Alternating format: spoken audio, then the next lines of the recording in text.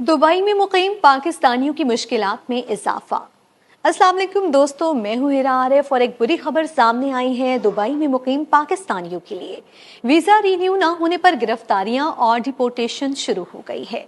मुत्तहिदा अरब अमारात खास तौर पर दुबई में मुकीम पाकिस्तानियों को वीजों की तजदीद में शदीद मुश्किलात का सामना है। मुतासरा अफराद के मुताबिक वीजे की मुद्दत खत्म होने के बाद तजदीद का अमल बहुत मुश्किल हो गया है, जिसके बायस कई पाकिस्तानियों को हिरासत में लिया जा रहा है और बादअज़ां उन्हें पाकिस्तान वापस भेजा जा रहा है।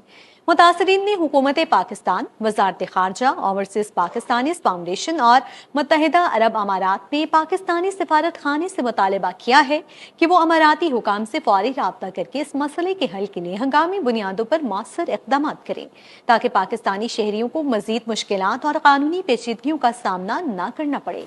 मुतासरीन ने हुकूमत पाकिस्तान, वजारत खारजा, ओवरसीज पाकिस्तानी फाउंडेशन और मुत्तहिदा अरब अमारात में पाकिस्तानी सिफारत खाने से मुतालबा किया है कि वो इमाराती हुकाम से फौरी राब्ता करके इस मसले के हल के लिए हंगामी बुनियादों पर मौसर इक़दाम करें, ताकि पाकिस्तानी शहरियों को मजीद मुश्किलात और कानूनी पेचीदगियों का सामना न करना पड़े।